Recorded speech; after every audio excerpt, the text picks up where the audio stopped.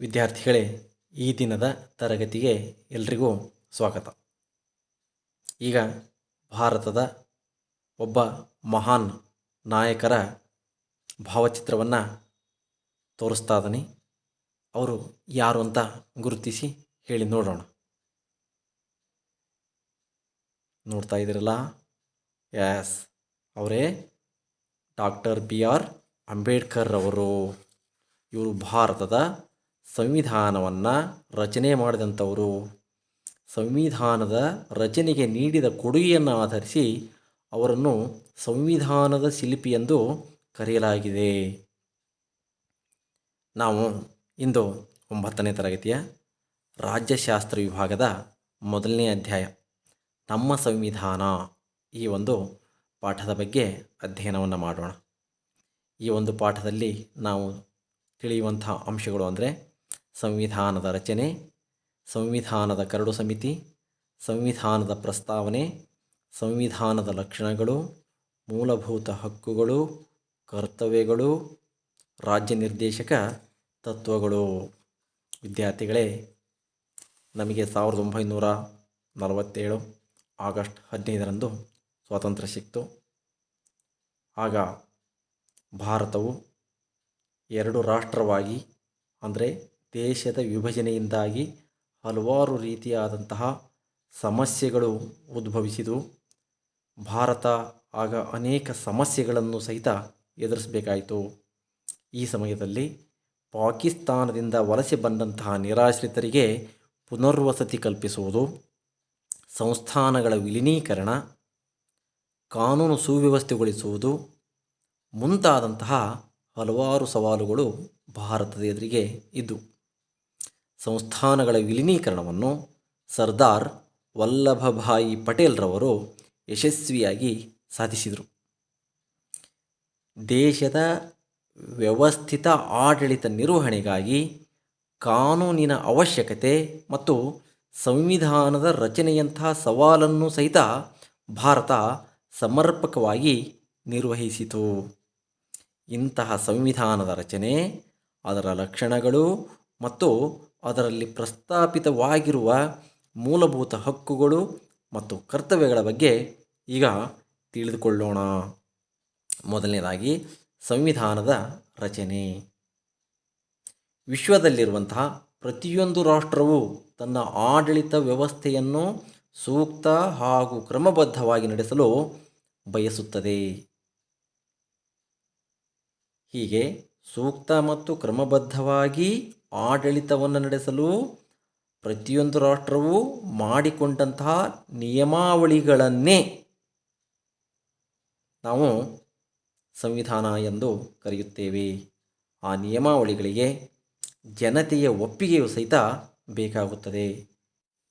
ಹೀಗಾಗಿ ಸಂವಿಧಾನವು ಒಂದು ರಾಷ್ಟ್ರದ ಮೂಲ ವ್ಯವಸ್ಥೆಯನ್ನು ವಿವರಿಸುವ ದಾಖಲೆಯಾಗಿದೆ, ಅಥವಾ ಒಂದು ರಾಷ್ಟ್ರದ ಮೂಲಭೂತ ಕಾನೂನನ್ನೇ ನಾವು ಸಂವಿಧಾನ ಎಂದು ಕರೆಯುತ್ತೇವೆ. ಸಂವಿಧಾನವು ರಾಷ್ಟ್ರದ ಸರ್ಕಾರದ ರಚನೆಯ ವಿಧಾನವನ್ನು ತಿಳಿಸುತ್ತದೆ. ಹೀಗಾಗಿ ರಾಷ್ಟ್ರದ ರಾಜಕೀಯ ಚಟುವಟಿಕೆಗಳನ್ನು ಸಂವಿಧಾನವು ನಿಯಂತ್ರಿಸುತ್ತದೆ. ರಾಷ್ಟ್ರದ ಜನರ ಆಶೋತ್ತರಗಳನ್ನು ಪ್ರತಿಬಿಂಬಿಸುತ್ತದೆ. ಸಂವಿಧಾನವು ಆಡಳಿತ ವ್ಯವಸ್ಥೆಗೆ ಚೌಕಟ್ಟನ್ನು ಒದಗಿಸುತ್ತದೆ.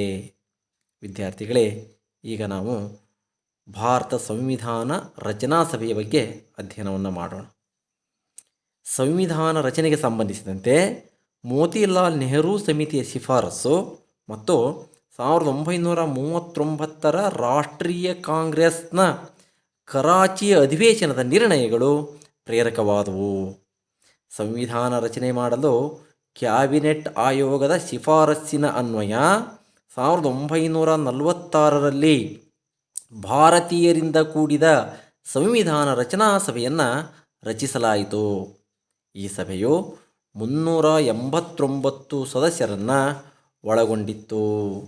ಆದರೆ ಆಗ ಭಾರತವು ಇಬ್ಬಾಗವಾಗಿದ್ದರಿಂದಾಗಿ ಆ ಸದಸ್ಯರ ಸಂಖ್ಯೆ 299ಕ್ಕೆ ಇಳಿಯಿತು. ಆಗ ಮೈಸೂರು ಸಂಸ್ಥಾನದಿಂದ 7 ಜನ ಸದಸ್ಯರು ನಾಮಕರಣಗೊಂಡಿದ್ದರು. ಸಂವಿಧಾನ ರಚನಾ ಸಭೆಯ ಮೊದಲ ಅಧಿವೇಶನ ಡಿಸೆಂಬರ್ 9, 1946ರಂದು ನಡೆಯಿತು. ಇದೊಂದು ಐತಿಹಾಸಿಕ ಘಟನೆಯಾಗಿದೆ. ಸಚ್ಚಿದಾನಂದ ಸಿನ್ಹಾ ಇವರು ಸಂವಿಧಾನ ರಚನಾ ಸಭೆಯ ಹಂಗಾಮಿ ಅಧ್ಯಕ್ಷರಾಗಿದ್ದರು. ಡಿಸೆಂಬರ್ 11, 1946ರಂದು ಡಾಕ್ಟರ್ ರಾಜೇಂದ್ರ ಪ್ರಸಾದ್ರವರನ್ನು ಖಾಯಂ ಅಧ್ಯಕ್ಷರನ್ನಾಗಿ ಮತ್ತು ಟಿ ಕೃಷ್ಣಮಾಚಾರಿಯವರನ್ನು ಉಪಾಧ್ಯಕ್ಷರನ್ನಾಗಿ ಆಯ್ಕೆ ಮಾಡಲಾಯಿತು. ಸಂವಿಧಾನ ರಚನೆಯಲ್ಲಿ ಅನೇಕರು ಕಾರ್ಯವನ್ನು ನಿರ್ವಹಿಸಿದರು. ಅವರಲ್ಲಿ Jawaharlal Nehru, Sardar Vallabhbhai Patel, doctor BR Ambedkar, Maulana Abul Kalam Azad, C Rajagopalachari, KM Munshi, Sarojini Naidu, Shrimati Sucheta Kripalani, ಕರ್ನಾಟಕದ S ನಿಜಲಿಂಗಪ್ಪ, KC ರೆಡ್ಡಿ, ಕೆಂಗಲ್ ಹನುಮಂತಯ್ಯ, ಟೇಕೂರು ಸುಬ್ರಹ್ಮಣ್ಯಂ ಮುಂತಾದಂಥವರು ಈ ಒಂದು ಸಂವಿಧಾನ ರಚನಾ ಸಭೆಯಲ್ಲಿ ಭಾಗವಹಿಸಿದ್ದಂತಹ ಪ್ರಮುಖರು. ಕರಡು ರಚನಾ ಸಮಿತಿ. ಸಂವಿಧಾನ ರಚನಾ ಸಭೆಯು ರಾಷ್ಟ್ರಕ್ಕೆ ಸಂಬಂಧಿಸಿದ ವಿಷಯಗಳನ್ನು ವಿವರವಾಗಿ ಪರಿಶೀಲಿಸಲು 22 ಸಮಿತಿಗಳನ್ನು, 5 ಉಪಸಮಿತಿಗಳನ್ನು ಹೊಂದಿತ್ತು. ಅವುಗಳಲ್ಲಿ ಅತ್ಯಂತ ಪ್ರಮುಖವಾದಂತಹ ಸಮಿತಿ ಎಂದರೆ ಕರಡು ಸಮಿತಿ. ಈ ಕರಡು ಸಮಿತಿಯ ಅಧ್ಯಕ್ಷರಾದಂಥವರು ಡಾಕ್ಟರ್ BR ಅಂಬೇಡ್ಕರ್ ಅವರು. ಇವರು ಸಂವಿಧಾನ ರಚನೆಗೆ ನೀಡಿದ ಕೊಡುಗೆಯನ್ನು ಆಧರಿಸಿ ಇವರನ್ನು ಸಂವಿಧಾನದ ಶಿಲ್ಪಿ ಎಂದು ಕರೆಯಲಾಗಿದೆ. ಈ ಕರಡು ಸಮಿತಿಯಲ್ಲಿ N Gopalaswami Ayyangar, Alladi Krishnaswami Ayyar, KM Munshi, T Krishnamachari, Mohammed Saadulla, C Madhavrao ಸದಸ್ಯರಾಗಿದ್ದರು. ವಿದ್ಯಾರ್ಥಿಗಳೇ, ಈಗ ನಾವು ಸಂವಿಧಾನದ ರಚನೆಯ ಬಗ್ಗೆ ಅಧ್ಯಯನವನ್ನು ಮಾಡೋಣ. ಸಂವಿಧಾನ ರಚನಾ ಸಭೆಯು ಸಂವಿಧಾನ ರಚನೆಯ ಕಾರ್ಯವನ್ನು ಮುಗಿಸಲಿಕ್ಕೆ 2 ವರ್ಷ, 11 ತಿಂಗಳು ಮತ್ತು 18 ದಿನಗಳನ್ನು ತೆಗೆದುಕೊಂಡಿತು. ಸಂವಿಧಾನವನ್ನು ರಚನೆ ಮಾಡಲಿಕ್ಕೆ 6.4 ಕೋಟಿ ರೂಪಾಯಿಗಳಷ್ಟು ಹಣವನ್ನು ಖರ್ಚು ಮಾಡಲಾಯಿತು. ಈ ಒಂದು ಸಂವಿಧಾನ ರಚನಾ ಸಭೆಯಲ್ಲಿ ಇದ್ದ ಸಮಿತಿಗಳು ನಿರಂತರವಾಗಿ ಕೆಲಸ ನಿರ್ವಹಿಸಿ ಅನೇಕ ಸದಸ್ಯರುಗಳು ಮಂಡಿಸಿದ ತಿದ್ದುಪಡಿಗಳ ಮೇಲೆ ಚರ್ಚೆಯನ್ನು ಸಹಿತ ನಡೆಸಲಾಯಿತು. ನಂತರ ಕರಡು ಸಂವಿಧಾನವನ್ನು ರಚಿಸಲಾಯಿತು. ಬ್ರಿಟಿಷ್ ಸರ್ಕಾರ ಹೊರಡಿಸಿದ 1909, 1919 ಮತ್ತು 1935ರ ಕಾಯ್ದೆ, ಬ್ರಿಟನ್ನಿನ ಸಂಸದೀಯ ವ್ಯವಸ್ಥೆ, ಅಮೇರಿಕಾದ ಬಿಲ್ ಆಫ್ ರೈಟ್ಸ್, ಐರ್ಲೆಂಡಿನ ನಿರ್ದೇಶಕ ತತ್ವಗಳು ಮುಂತಾದವುಗಳನ್ನು ಅಳವಡಿಸಿಕೊಳ್ಳಲು ನಿರ್ಣಯಿಸಲಾಯಿತು. ಅಂತಿಮವಾಗಿ ನವೆಂಬರ್ 26, 1949ರಂದು ಅಂಗೀಕರಿಸಲ್ಪಟ್ಟು ಜನವರಿ 26, 1950ರಂದು ಭಾರತದ ಸಂವಿಧಾನವು ಜಾರಿಗೆ ಬಂದಿತು. ಈ ದಿನವನ್ನೇ ಗಣರಾಜ್ಯ ದಿನವನ್ನಾಗಿ ಆಚರಿಸುತ್ತೇವೆ. ಸಂವಿಧಾನದ ಪ್ರಸ್ತಾವನೆ, ಅದನ್ನು ನಾವು ಪೂರ್ವಪೀಠಿಕೆ ಎಂದು ಕರೆಯುತ್ತೇವೆ. ನಮ್ಮ ಸಂವಿಧಾನವನ್ನು ವಿಶ್ವದಲ್ಲಿರುವ ಹಲವಾರು ಸಂವಿಧಾನಗಳಲ್ಲಿನ ಉತ್ತಮ ಅಂಶಗಳನ್ನು ಆಯ್ಕೆ ಮಾಡಿಕೊಂಡು ರಚಿಸಲಾಗಿದೆ. ಈ ಉತ್ತಮ ಅಂಶಗಳೊಂದಿಗೆ ನಮ್ಮ ದೇಶದ ವಿಕಾಸಕ್ಕೆ ಬೇಕಾದ ವಿಷಯಗಳನ್ನೂ ಸಹ ಸಂವಿಧಾನದಲ್ಲಿ ಅಳವಡಿಸಲಾಗಿದೆ. ಭಾರತದ ಸಂವಿಧಾನವು ತನ್ನದೇ ಆದಂತಹ ಪ್ರಸ್ತಾವನೆಯನ್ನು ಹೊಂದಿದೆ. ಈ ಪ್ರಸ್ತಾವನೆ ಸಂವಿಧಾನದ ರಚನಾಕಾರರ ವಿಚಾರಧಾರೆಗಳನ್ನು ಒಳಗೊಂಡಿದೆ. ಹಾಗಾದರೆ ಸಂವಿಧಾನದ ಪ್ರಸ್ತಾವನೆ ಅಥವಾ ಪೂರ್ವಪೀಠಿಕೆ ಅಂದ್ರೇನು? ಸಂವಿಧಾನದ ರೂಪುರೇಷೆ, ಮೌಲ್ಯ, ಸಿದ್ಧಾಂತ ಮತ್ತು ಉದ್ದೇಶಗಳ ಸಾರಾಂಶವನ್ನು ತಿಳಿಸುವ ಪೀಠಿಕಾರೂಪದ ಅಧ್ಯಾಯವನ್ನೇ ನಾವು ಸಂವಿಧಾನದ ಪ್ರಸ್ತಾವನೆ ಎಂದು ಕರೆಯುತ್ತೇವೆ. ಈ ಸಂವಿಧಾನದ ಪ್ರಸ್ತಾವನೆಯು ಜನತೆಯ ಧ್ಯೇಯಗಳನ್ನು ನಿರ್ಧರಿಸಿ ಘೋಷಿಸಿಕೊಂಡಂತಹ ಆದರ್ಶವಾದಂತಹ ತತ್ವವಾಗಿದೆ. ಈ ಪ್ರಸ್ತಾವನೆಯು ಡಿಸೆಂಬರ್ 13, 1946ರಂದು ಜವಾಹರಲಾಲ್ ನೆಹರೂರವರು ಮಂಡಿಸಿದ ಧ್ಯೇಯಗಳ ನಿರ್ಣಯವನ್ನು ಸಂವಿಧಾನ ರಚನಾ ಸಭೆ ಜನವರಿ 22, 1947ರಂದು ಅಂಗೀಕರಿಸಿತು. ಈ ನಿರ್ಣಯವು ಭಾರತದ ಸ್ವಾತಂತ್ರ್ಯ, ಗಣರಾಜ್ಯ, ಪ್ರಜೆಗಳ ಪರಮಾಧಿಕಾರ, ಜನತೆಯ ಸಾಮಾಜಿಕ, ಆರ್ಥಿಕ ಹಾಗೂ ರಾಜಕೀಯ ನ್ಯಾಯವನ್ನು ಒದಗಿಸುವುದಾಗಿ ತಿಳಿಸಿದೆ. ನಮ್ಮ ಸಂವಿಧಾನದ ಪೂರ್ವಪೀಠಿಕೆಯು ತುಂಬ ಅರ್ಥಗರ್ಭಿತವಾಗಿದ್ದು ದೇಶದ ರಾಜಕೀಯ ವ್ಯವಸ್ಥೆಯ ಚಿತ್ರಣವನ್ನು ಚಿತ್ರಿಸುತ್ತದೆ. ಸಂವಿಧಾನದ ಪ್ರಸ್ತಾವನೆಯನ್ನು ಸಂವಿಧಾನದ ಕೈದೀಪ ಎಂದು ಕರೆಯುತ್ತಾರೆ. ಇದನ್ನು ಕೆಲವರು ಸಂವಿಧಾನದ ಒಡವೆ ಎಂದು ಬಣ್ಣಿಸಿದರೆ KM ಮುನ್ಷಿ ಇವರು ಸಂವಿಧಾನದ ಪ್ರಸ್ತಾವನೆಯನ್ನು ರಾಜಕೀಯ ಜಾತಕ ಎಂದು ಕರೆದಿದ್ದಾರೆ. ನಮ್ಮ ಈ ಪೂರ್ವಪೀಠಿಕೆಯು ತುಂಬ ಅರ್ಥಗರ್ಭಿತವಾದದ್ದು. ನಮ್ಮ ಸಂವಿಧಾನದ ಕೈದೀಪವಾಗಿದೆ. ಅದರಲ್ಲಿರುವ ಪ್ರತಿಯೊಂದು ವಾಕ್ಯ ಮಹತ್ವಪೂರ್ಣವಾಗಿದೆ. ಆದ್ದರಿಂದಾಗಿ ನಾವು ಸಂವಿಧಾನದ ಪ್ರಸ್ತಾವನೆಯನ್ನು ಚೆನ್ನಾಗಿ ಅರ್ಥ ಮಾಡಿಕೊಳ್ಳಬೇಕು. ಈ ಒಂದು ಸಂವಿಧಾನದ ಪ್ರಸ್ತಾವನೆಯು ಭಾರತದ ಪ್ರಜೆಗಳಾದ ನಾವು ಎಂದು ಆರಂಭಗೊಳ್ಳುವುದು. ಭಾರತದ ಸಂವಿಧಾನವು ಭಾರತೀಯರಿಂದಲೇ ರಚಿತವಾದದ್ದು. ಜನರಿಂದ ಸಂವಿಧಾನ ರಚನೆಯ ಅಧಿಕಾರವನ್ನು ಪಡೆಯಲಾಗಿದೆ. ಆದ್ದರಿಂದಾಗಿ ರಾಷ್ಟ್ರದ ಪರಮಾಧಿಕಾರ ರಾಷ್ಟ್ರದ ಜನರಿಗೆ ಸೇರಿದೆ. ಭಾರತದ ಪ್ರಜೆಗಳಾದ ನಾವೆಲ್ಲ ಭಾರತೀಯರು ಎಂಬ ಭಾವನೆಯನ್ನು ಹೊಂದಿ ಎಲ್ಲರ ಆಶೋತ್ತರ ಕಾಪಾಡುವುದರಲ್ಲಿ ಶ್ರಮಿಸಿದೆ. ಸಾರ್ವಭೌಮ ರಾಷ್ಟ್ರ ಭಾರತವು ಪ್ರಪಂಚದ ಯಾವುದೇ ರಾಷ್ಟ್ರಕ್ಕೆ ಅಧೀನವಾಗಿರದೆ ಸಾರ್ವಭೌಮ ರಾಷ್ಟ್ರವಾಗಿದೆ. ವಿಶ್ವದ ಯಾವುದೇ ಬಣಕ್ಕೂ ಸೇರದೆ ತನ್ನದೇ ಆದಂಥ ಸ್ವತಂತ್ರವಾದಂತಹ ವಿದೇಶಾಂಗ ನೀತಿ, ಅಲಿಪ್ತ ನೀತಿ, ಯೋಜನಾ ಪದ್ಧತಿಗಳನ್ನು ಅನುಸರಿಸಿ ಆಂತರಿಕ ಮತ್ತು ಬಾಹ್ಯ ಪರಮಾಧಿಕಾರವನ್ನು ಪಡೆದಿದೆ. ಸಮಾಜವಾದ ಭಾರತವನ್ನು ಸುಖಿ ರಾಜ್ಯ ಮತ್ತು ಸಮಾಜವಾದಿ ರಾಷ್ಟ್ರವನ್ನಾಗಿ ಮಾಡುವುದು ಸಂವಿಧಾನದ ಪ್ರಧಾನವಾದಂಥ ಗುರಿಯಾಗಿದೆ. ಸಮಾಜವಾದಿ ತತ್ವಗಳನ್ನು ಪ್ರಜಾಪ್ರಭುತ್ವದ ಮೂಲಕ ಜಾರಿಗೆ ತರಲು ಸಾಧ್ಯ ಎನ್ನುವಂಥದ್ದನ್ನು ಸಂವಿಧಾನದ ಪ್ರಸ್ತಾವನೆ ಸೂಚಿಸುತ್ತದೆ.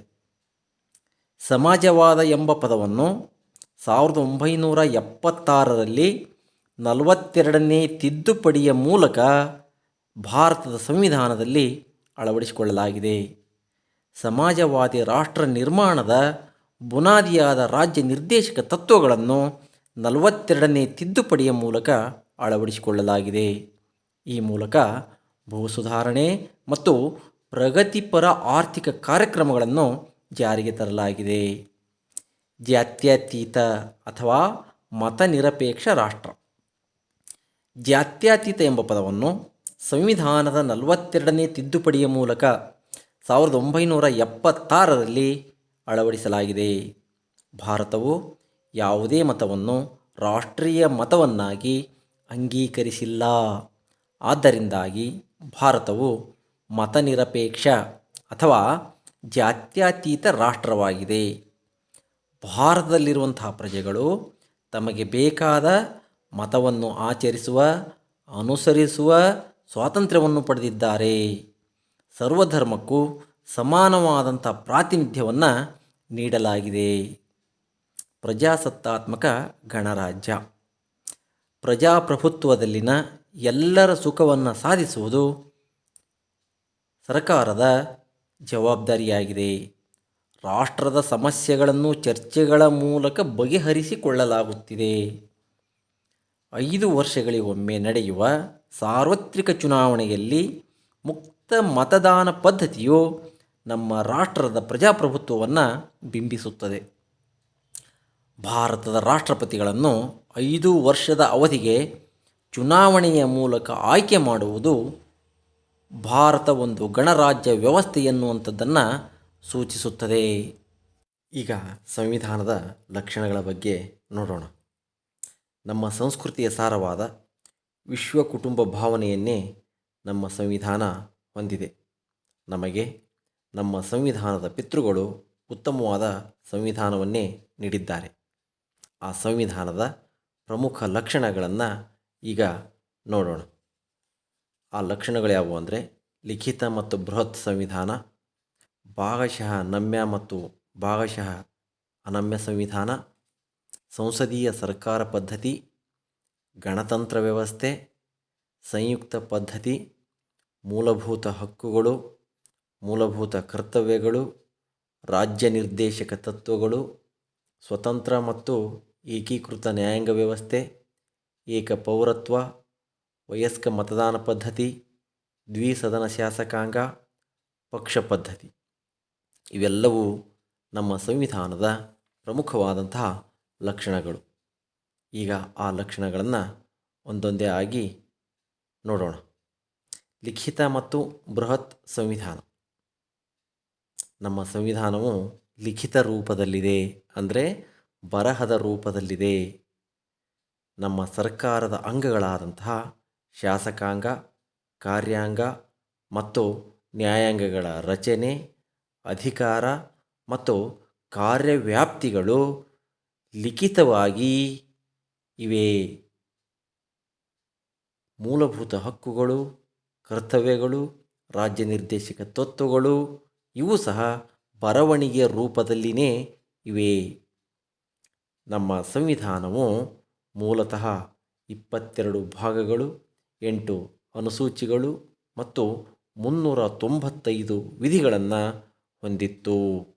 ಆದರೆ ನಂತರದಲ್ಲಿ ಹಲವಾರು ತಿದ್ದುಪಡಿಗಳಾಗಿ ಈಗ 25 ಭಾಗಗಳು, 12 ಅನುಸೂಚಿಗಳು ಮತ್ತು 465 ವಿಧಿಗಳನ್ನು ಒಳಗೊಂಡಂತಹ ಬೃಹತ್ ಸಂವಿಧಾನವಾಗಿದೆ.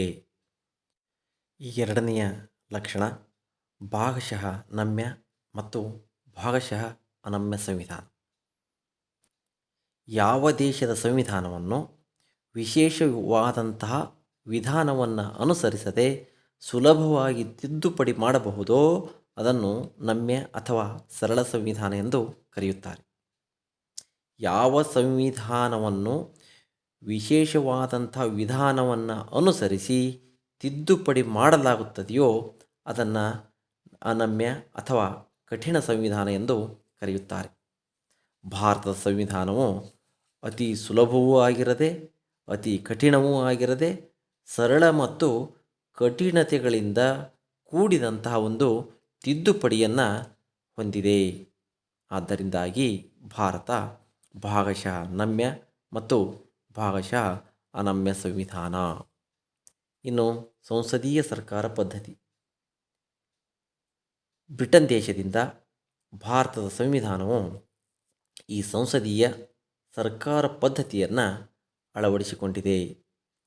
ಪ್ರಜೆಗಳಿಂದ ಆಯ್ಕೆಯಾದ ಸಂಸತ್ತು ಪರಮಾಧಿಕಾರವನ್ನು ಹೊಂದಿದೆ. ಈ ಸಂಸತ್ತು ಕೇಂದ್ರ ಮತ್ತು ರಾಜ್ಯಗಳಲ್ಲಿ ಕಾರ್ಯಾಂಗ, ಶಾಸಕಾಂಗದಿಂದ ರಚನೆಯಾಗಿ ಶಾಸಕಾಂಗಕ್ಕೇನೆ ಹೆಚ್ಚು ಹೊಣೆಯಾಗಿರುತ್ತದೆ. ಮಂತ್ರಿಮಂಡಲ ಶಾಸಕಾಂಗದ ವಿಶ್ವಾಸವಿರುವವರೆಗೂ ಅಧಿಕಾರದಲ್ಲಿರುತ್ತದೆ. ಶಾಸಕಾಂಗದ ವಿಶ್ವಾಸವನ್ನು ಕಳೆದುಕೊಂಡಾಗ ತಕ್ಷಣ ರಾಜೀನಾಮೆಯನ್ನು ನೀಡಬೇಕಾಗುತ್ತದೆ. ಇನ್ನು ಗಣತಂತ್ರ ವ್ಯವಸ್ಥೆ. ವಿದ್ಯಾರ್ಥಿಗಳೇ, ಇಲ್ಲಿ ಸಂವಿಧಾನವು ಭಾರತವನ್ನು ಗಣತಂತ್ರ ರಾಜ್ಯ ಎಂದೇ ಸಾರಿದೆ. ಈ ವ್ಯವಸ್ಥೆಯಲ್ಲಿ ಆನುವಂಶಿಕವಾಗಿ ಯಾರೂ ದೇಶದ ಆಡಳಿತದ ಅಧಿಕಾರವನ್ನು ಹೊಂದಿಲ್ಲ. ರಾಷ್ಟ್ರಪತಿಗಳು ದೇಶದ ಸಂವಿಧಾನದ ಮುಖ್ಯಸ್ಥರು. ರಾಷ್ಟ್ರಪತಿಗಳನ್ನು ಚುನಾವಣೆಯ ಮೂಲಕ ಆಯ್ಕೆ ಮಾಡಲಾಗುತ್ತದೆ. ಆದ್ದರಿಂದಾಗಿ ಭಾರತವು ಒಂದು ಗಣತಂತ್ರ ರಾಷ್ಟ್ರ ಅಥವಾ ಗಣರಾಜ್ಯ. ಇನ್ನು ಸಂಯುಕ್ತ ಪದ್ಧತಿ. ಭಾರತವು ವಿವಿಧ ಭಾಷೆ, ಜಾತಿ, ಜನಾಂಗ ಮತ್ತು ವಿಶಾಲ ಭೂಪ್ರದೇಶಗಳನ್ನು ಹೊಂದಿರುವುದರಿಂದ ಸಂವಿಧಾನವು ಸಂಯುಕ್ತ ಪದ್ಧತಿಗೆ ಅವಕಾಶವನ್ನು ಮಾಡಿಕೊಟ್ಟಿದೆ. ಕೇಂದ್ರ ಮತ್ತು ರಾಜ್ಯಗಳಲ್ಲಿ ಅಧಿಕಾರ ಹಂಚಿಕೆಯಾಗಿದೆ. ಈ ಎರಡೂ ಸರ್ಕಾರಗಳ ನಡುವೆ ಉಂಟಾಗುವ ವಿವಾದಗಳನ್ನು ಬಗೆಹರಿಸಲು ಸುಪ್ರೀಂ ಕೋರ್ಟ್ ಅಧಿಕಾರವನ್ನು ಪಡೆದುಕೊಂಡಿದೆ. ಮೂಲಭೂತ ಹಕ್ಕುಗಳು. ವ್ಯಕ್ತಿಯ ಸರ್ವತೋಮುಖ ಅಭಿವೃದ್ಧಿಗೆ ಅಗತ್ಯವಾದ ಹಾಗೂ ಸಂವಿಧಾನದಿಂದ ರಕ್ಷಿಸಲ್ಪಟ್ಟಂತಹ ಹಕ್ಕುಗಳೇ ಮೂಲಭೂತ ಹಕ್ಕುಗಳು. ಈ ಹಕ್ಕುಗಳನ್ನು ದೇಶದ ಯಾವುದೇ ಕಾನೂನು ಕ್ರಮಗಳಿಂದಾಗಲಿ, ಕೇಂದ್ರ, ರಾಜ್ಯ ಮತ್ತು ಅಧೀನ ಸರ್ಕಾರಗಳಾಗಲಿ ಅಥವಾ ಅಧೀನ ಸಂಸ್ಥೆಗಳಾಗಲಿ ಕಿತ್ತುಕೊಳ್ಳುವಂತಿಲ್ಲ. ಇದಕ್ಕೆ ನ್ಯಾಯಾಂಗದ ರಕ್ಷಣೆ ಇದೆ. ಮೂಲಭೂತ ಹಕ್ಕುಗಳಿಗೆ ಸಂವಿಧಾನಾತ್ಮಕ ಉಲ್ಲಂಘನೆಯಾದಲ್ಲಿ ಸುಪ್ರೀಂ ಕೋರ್ಟ್ ಮತ್ತು ಹೈಕೋರ್ಟ್ಗೆ ನೇರವಾಗಿ ನಾವು ಮೊರೆ ಹೋಗಬಹುದು. ಇಂತಹ ಮೂಲಭೂತ ಹಕ್ಕುಗಳನ್ನು ಸಂವಿಧಾನದ 3ನೇ ಭಾಗದಲ್ಲಿ ಅಳವಡಿಸಲಾಗಿದೆ. ಮೂಲಭೂತ ಕರ್ತವ್ಯಗಳು. ಇವುಗಳನ್ನು ನಾವು ರಷ್ಯಾದ ಸಂವಿಧಾನದಿಂದ ಆಯ್ಕೆ ಮಾಡಿಕೊಂಡಿದ್ದೇವೆ. ರಾಜ್ಯಕ್ಕೆ ನಾವು ಏನನ್ನು ಮಾಡಬೇಕು ಎನ್ನುವುದೇ ಕರ್ತವ್ಯಗಳು. ನಮ್ಮ ಸಂವಿಧಾನದ 4ನೆಯ ಎ ಭಾಗದಲ್ಲಿ 51ನೆಯ ಎ ವಿಧಿಯಲ್ಲಿ 11 ಮೂಲಭೂತ ಕರ್ತವ್ಯಗಳನ್ನು ಅಳವಡಿಸಲಾಗಿದೆ. ಮೂಲ ಸಂವಿಧಾನವು ಮೂಲಭೂತ ಕರ್ತವ್ಯಗಳನ್ನು ಒಳಗೊಂಡಿರಲಿಲ್ಲ. 1976ರಲ್ಲಿ 42ನೆಯ ತಿದ್ದುಪಡಿಯ ಕಾಯ್ದೆಯ ಅನ್ವಯ 10 ಮೂಲಭೂತ ಕರ್ತವ್ಯಗಳನ್ನು ಅಳವಡಿಸಲಾಗಿದೆ. 2002ರಲ್ಲಿ ಸಂವಿಧಾನದ 86ನೇ ತಿದ್ದುಪಡಿಯ ಮೂಲಕ 6ರಿಂದ 14 ವರ್ಷ ವಯೋಮಿತಿಯಲ್ಲಿನ ಎಲ್ಲ ಮಕ್ಕಳಿಗೂ ಪೋಷಕರು ಕಡ್ಡಾಯ ಶಿಕ್ಷಣ ಕೊಡಿಸಲು ಅವಕಾಶ ಕಲ್ಪಿಸಿದೆ. ಹಾಗಾಗಿ 11ನೆಯ ಕರ್ತವ್ಯವಾಗಿ 6ರಿಂದ 14 ವರ್ಷದ ಎಲ್ಲ ಮಕ್ಕಳಿಗೂ ಕಡ್ಡಾಯ ಮತ್ತು ಶಿಕ್ಷಣ, ಈ ಕರ್ತವ್ಯವನ್ನು ಇದರಲ್ಲಿ ಸೇರಿಸಲಾಗಿದೆ.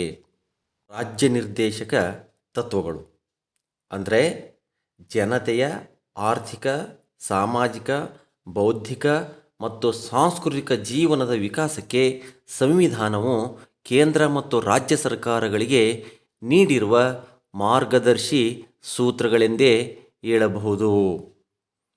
ನಮ್ಮ ಸಂವಿಧಾನದ 4ನೆಯ ಭಾಗದಲ್ಲಿ ರಾಜ್ಯ ನಿರ್ದೇಶಕ ತತ್ವಗಳನ್ನು ಅಳವಡಿಸಿದೆ. ಈ ರಾಜ್ಯ ನಿರ್ದೇಶಕ ತತ್ವಗಳನ್ನು ಐರಿಷ್ ಸಂವಿಧಾನದಿಂದ ಎರವಲು ಪಡೆಯಲಾಗಿದೆ. ಇವುಗಳು ಸಾಮಾಜಿಕ ಮತ್ತು ಆರ್ಥಿಕ ಪ್ರಜಾಪ್ರಭುತ್ವವನ್ನು ಸ್ಥಾಪಿಸಲು ಬುನಾದಿಯಾಗಿವೆ. ಇವುಗಳನ್ನು ಸರ್ಕಾರ ಜಾರಿಗೊಳಿಸದಿದ್ದರೆ ನ್ಯಾಯಾಲಯದಲ್ಲಿ ಪ್ರಶ್ನಿಸಲು ಸಾಧ್ಯವಿಲ್ಲ. ಆದರೂ ಇವು ದೇಶದ ಆಡಳಿತಕ್ಕೆ ಮೂಲ ಬುನಾದಿಯಾಗಿವೆ. ದೇಶದ ಆಡಳಿತದಲ್ಲಿ ಇವುಗಳನ್ನು ಮೂಲಭೂತ ತತ್ವಗಳೆಂದು ಪರಿಗಣಿಸಲಾಗಿದೆ. ಆದ್ದರಿಂದ ತ್ವರಿತವಾಗಿ ಮತ್ತು ಪ್ರಾಮಾಣಿಕವಾಗಿ ಅನುಷ್ಠಾನಕ್ಕೆ ತರಬೇಕಿದೆ. ಸರ್ಕಾರಗಳು ಇವುಗಳಿಗೆ ಹೆಚ್ಚು ಗಮನವನ್ನು ನೀಡಬೇಕು. ಸ್ವತಂತ್ರ ಮತ್ತು ಏಕೀಕೃತ ನ್ಯಾಯಾಂಗ ವ್ಯವಸ್ಥೆ. ನಮ್ಮ ನ್ಯಾಯಾಂಗವು ಸ್ವತಂತ್ರವಾದ ಮತ್ತು ಏಕೀಕೃತವಾದ ವ್ಯವಸ್ಥೆಯಾಗಿದೆ. ಪ್ರಜೆಗಳ ಹಕ್ಕುಗಳನ್ನು ರಕ್ಷಿಸಿ ನಿರ್ಭಯದಿಂದ ಕೆಲಸ ಮಾಡಲು ನ್ಯಾಯಾಲಯಗಳು ಸ್ವಾತಂತ್ರ್ಯ ಪಡೆದಿವೆ. ಶಾಸಕಾಂಗ ಮತ್ತು ಕಾರ್ಯಾಂಗಗಳು ನ್ಯಾಯಾಂಗದ ಕಾರ್ಯಾಂಗದಲ್ಲಿ ಹಸ್ತಕ್ಷೇಪ ಮಾಡುವಂತಿಲ್ಲ. ಭಾರತದಲ್ಲಿ ಸಂಯುಕ್ತ ವ್ಯವಸ್ಥೆ ರೂಢಿಯಲ್ಲಿದ್ದರೂ ಏಕೀಕೃತ ನ್ಯಾಯಾಂಗ ವ್ಯವಸ್ಥೆಯನ್ನು ಅಳವಡಿಸಲಾಗಿದೆ. ಆದ್ದರಿಂದ ಸರ್ವೋಚ್ಚ ನ್ಯಾಯಾಲಯ ಪ್ರಮುಖವಾಗಿರುತ್ತದೆ. ಅದರ ಅಡಿಯಲ್ಲಿ ಉಚ್ಚ ನ್ಯಾಯಾಲಯ ಅಂದರೆ ಹೈಕೋರ್ಟ್ ಮತ್ತು ಇತರ ಅಧೀನ ನ್ಯಾಯಾಲಯಗಳು ಕಾರ್ಯನಿರ್ವಹಿಸುತ್ತವೆ. ಇನ್ನು ಏಕಪೌರತ್ವ. ಸಂವಿಧಾನವು ಜನತೆಯ ಸಂಕುಚಿತ ಪ್ರಾಂತೀಯ ಮನೋಭಾವನೆಯನ್ನು ನಿಯಂತ್ರಿಸಿ ರಾಷ್ಟ್ರೀಯ ಮನೋಭಾವನೆಯನ್ನು ಬೆಳೆಸಲು ಏಕಪೌರತ್ವಕ್ಕೆ ಅವಕಾಶ ಮಾಡಲಾಗಿದೆ. ಭಾರತದಲ್ಲಿ ಅನೇಕ ಪ್ರಾಂತಗಳು, ಭಾಷೆಗಳು, ಬುಡಕಟ್ಟುಗಳು, ಮತಗಳು ಹಾಗೂ ಆಚಾರ ವಿಚಾರಗಳಿಂದ ಕೂಡಿದಂತಹ ಒಂದು ಬೃಹತ್ ರಾಷ್ಟ್ರ. ಸಂವಿಧಾನಾತ್ಮಕವಾಗಿ ಭಾರತದಲ್ಲಿ ಏಕಪೌರತ್ವ ನೀತಿ ಇದೆ. ಭಾರತದ ಯಾವುದೇ ಪ್ರಜೆ ಯಾವುದೇ ರಾಜ್ಯದಲ್ಲಿ ಜನಿಸಿದರೂ ಯಾವುದೇ ಪ್ರದೇಶದಲ್ಲಿ ವಾಸಿಸಿದರೂ ಎಲ್ಲರಿಗೂ ಒಂದೇ ಪೌರತ್ವ ಇದ್ದು ಇದಕ್ಕೆ ಸಂಬಂಧಿಸಿದ ಕಾನೂನನ್ನು ಮಾಡಲು ಸಂಸತ್ತಿಗೆ ಅಧಿಕಾರ ನೀಡಿದೆ. ಆದ್ದರಿಂದ ಭಾರತದ ಪ್ರಜೆಗಳೆಲ್ಲರೂ ಒಂದೇ ರೀತಿಯ ನಿಯಮಗಳಿಗೆ ಬದ್ಧರಾಗಿರುವರು. ವಯಸ್ಕ ಮತದಾನ ಪದ್ಧತಿ. ನಮ್ಮ ಸಂವಿಧಾನವು ವಯಸ್ಕ ಮತದಾನ ಪದ್ಧತಿಗೆ ಅವಕಾಶ ಮಾಡಿದೆ. ಯಾವುದೇ ತಾರತಮ್ಯವಿಲ್ಲದೆ 18 ವರ್ಷ ಮೇಲ್ಪಟ್ಟ ಎಲ್ಲ ಪ್ರಜೆಗಳಿಗೂ ಮತದಾನದ ಹಕ್ಕನ್ನು ನೀಡಲಾಗಿದೆ. ಇದು ಜನತೆಯ ಪರಮಾಧಿಕಾರದ ಸಂಕೇತವಾಗಿದೆ. ದ್ವಿಸದನ ಶಾಸಕಾಂಗ. ಭಾರತದ ಶಾಸಕಾಂಗವನ್ನು ಸಂಸತ್ತು ಎಂದು ಕರೆಯುತ್ತಾರೆ. ಈ ಸಂಸತ್ತು ದ್ವಿಸದನ ಪದ್ಧತಿಯನ್ನು ಒಳಗೊಂಡಿದ್ದು ಲೋಕಸಭೆ ಮತ್ತು ರಾಜ್ಯಸಭೆಯನ್ನು ಒಳಗೊಂಡಿದೆ. ಲೋಕಸಭೆಯನ್ನು ಕೆಳಮನೆ ಎಂದು ಕರೆದರೆ ರಾಜ್ಯಸಭೆಯನ್ನು ಮೇಲ್ಮನೆ ಎಂದು ಕರೆಯುತ್ತಾರೆ. ಪಕ್ಷ ಪದ್ಧತಿ. ರಾಜಕೀಯ ಪಕ್ಷಗಳು ಪ್ರಜಾಪ್ರಭುತ್ವ ವ್ಯವಸ್ಥೆಯ ಬುನಾದಿ. ಭಾರತದಲ್ಲಿ ಅನೇಕ ರಾಜಕೀಯ ಪಕ್ಷಗಳಿರುವುದರಿಂದ ಬಹುಪಕ್ಷ ಪದ್ಧತಿ ಅಸ್ತಿತ್ವದಲ್ಲಿದೆ. ಸಾರ್ವತ್ರಿಕ ಚುನಾವಣೆಯಲ್ಲಿ ಬಹುಮತ ಪಡೆದ ಪಕ್ಷ ಆಳುವ ಪಕ್ಷವಾದರೆ ಉಳಿದ ಪಕ್ಷಗಳು ವಿರೋಧ ಪಕ್ಷಗಳಾಗಿರುತ್ತವೆ. ವಿದ್ಯಾರ್ಥಿಗಳೇ, ಹೀಗೆ ಇವೆಲ್ಲವೂ ಸಹಿತ ಭಾರತದ ಸಂವಿಧಾನದ ಪ್ರಮುಖ ಲಕ್ಷಣಗಳು. ವಿದ್ಯಾರ್ಥಿಗಳೇ, ಈಗ ಈ ಪಾಠದ ಪುನರ್ ಮನನವನ್ನು ಮಾಡಿಕೊಳ್ಳೋಣ. ಭಾರತಕ್ಕೆ ಸ್ವಾತಂತ್ರ್ಯ ಸಿಕ್ಕಾಗ ಹಲವಾರು ಸವಾಲುಗಳನ್ನು ಎದುರಿಸಬೇಕಾಯಿತು. ಅವುಗಳಲ್ಲಿ ಪಾಕಿಸ್ತಾನದಿಂದ ವಲಸೆ ಬಂದಂತಹ ನಿರಾಶ್ರಿತರಿಗೆ ಪುನರ್ವಸತಿ ಕಲ್ಪಿಸುವುದು, ಸಂಸ್ಥಾನಗಳ ವಿಲೀನೀಕರಣ ಮತ್ತು ಕಾನೂನು ಸುವ್ಯವಸ್ಥೆಗೊಳಿಸುವುದು. ಸಂವಿಧಾನ ಅಂದ್ರೇನು? ಒಂದು ರಾಷ್ಟ್ರದ ಮೂಲಭೂತ ಕಾನೂನನ್ನೇ ಸಂವಿಧಾನ ಎಂದು ಕರೆಯುತ್ತಾರೆ. ಡಾಕ್ಟರ್ BR ಅಂಬೇಡ್ಕರ್ ಅವರನ್ನು ಸಂವಿಧಾನ ಶಿಲ್ಪಿ ಎಂದು ಕರೆಯಲಾಗಿದೆ. ಏಕೆಂದರೆ ಇವರು ಸಂವಿಧಾನ ರಚನೆಗೆ ನೀಡಿದಂತಹ ಕೊಡುಗೆಯನ್ನು ಆಧರಿಸಿ ಇವರನ್ನು ಸಂವಿಧಾನದ ಶಿಲ್ಪಿ ಎಂದು ಕರೆಯಲಾಗಿದೆ. ವಿದ್ಯಾರ್ಥಿಗಳೇ, ಸಂವಿಧಾನದ ಪ್ರಸ್ತಾವನೆಯು ಏನನ್ನು ಒಳಗೊಂಡಿದೆ? ಸಂವಿಧಾನದ ಪ್ರಸ್ತಾವನೆಯು ಸಂವಿಧಾನದ ರೂಪುರೇಷೆ, ಮೌಲ್ಯ, ಸಿದ್ಧಾಂತ ಮತ್ತು ಉದ್ದೇಶಗಳನ್ನು ಒಳಗೊಂಡಿದೆ. ಭಾರತ ಸಂವಿಧಾನದ ಮುಖ್ಯ ಲಕ್ಷಣಗಳು ಯಾವುವು? ಲಿಖಿತ ಮತ್ತು ಬೃಹತ್ ಸಂವಿಧಾನ, ಭಾಗಶಃ ನಮ್ಯ ಮತ್ತು ಭಾಗಶಃ ಅನಮ್ಯ ಸಂವಿಧಾನ, ಸಂಸದೀಯ ಸರ್ಕಾರ ಪದ್ಧತಿ, ಗಣತಂತ್ರ ವ್ಯವಸ್ಥೆ, ಸಂಯುಕ್ತ ಪದ್ಧತಿ, ಮೂಲಭೂತ ಹಕ್ಕುಗಳು, ಮೂಲಭೂತ ಕರ್ತವ್ಯಗಳು, ರಾಜ್ಯ ನಿರ್ದೇಶಕ ತತ್ವಗಳು, ಸ್ವತಂತ್ರ ಮತ್ತು ಏಕೀಕೃತ ನ್ಯಾಯಾಂಗ ವ್ಯವಸ್ಥೆ, ಏಕಪೌರತ್ವ, ವಯಸ್ಕ ಮತದಾನ ಪದ್ಧತಿ, ದ್ವಿಸದನ ಶಾಸಕಾಂಗ ಮತ್ತು ಪಕ್ಷ ಪದ್ಧತಿ. ಇವು ಭಾರತ ಸಂವಿಧಾನದ ಪ್ರಮುಖ ಲಕ್ಷಣಗಳು. ವಿದ್ಯಾರ್ಥಿಗಳೇ, ಭಾರತದ ಸಂವಿಧಾನವು ಭಾಗಶಃ ನಮ್ಯ ಮತ್ತು ಭಾಗಶಃ ಅನಮ್ಯ ಸಂವಿಧಾನ. ಹೇಗೆ ಅಂದರೆ, ಭಾರತದ ಸಂವಿಧಾನದ ಒಂದು ತಿದ್ದುಪಡಿಯು ಅತಿ ಸುಲಭವೂ ಆಗಿರದೆ ಅತಿ ಕಠಿಣವೂ ಆಗಿರದೆ ಸರಳ ಮತ್ತು ಕಠಿಣತೆಗಳಿಂದ ಕೂಡಿದೆ. ಆದ್ದರಿಂದಾಗಿ ಭಾರತದ ಸಂವಿಧಾನ ಭಾಗಶಃ ನಮ್ಯ ಮತ್ತು ಭಾಗಶಃ ಅನಮ್ಯ ಸಂವಿಧಾನ. ವಿದ್ಯಾರ್ಥಿಗಳೇ, ಭಾರತವು ಒಂದು ಸಾರ್ವಭೌಮ ರಾಷ್ಟ್ರ. ಹೇಗೆ?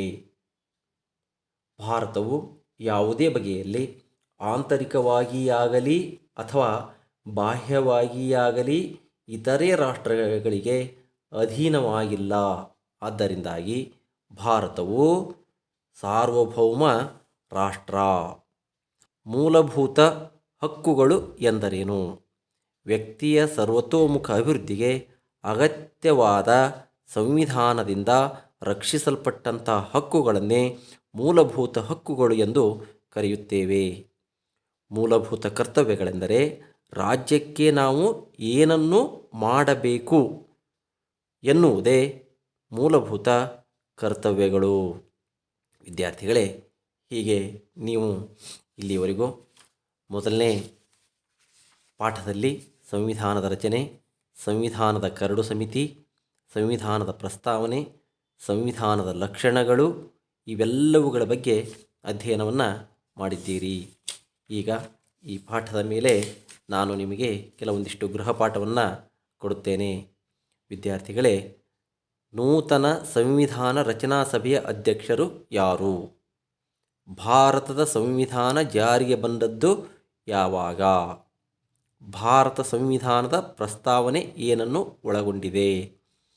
ಮತ ನಿರಪೇಕ್ಷತೆ ಎಂದರೇನು? ನಮ್ಮ ಸಂವಿಧಾನದ ಪ್ರಮುಖ ಲಕ್ಷಣಗಳನ್ನು ವಿವರಿಸಿ. ಇದು ನಿಮಗೆ ಗೃಹಪಾಠ.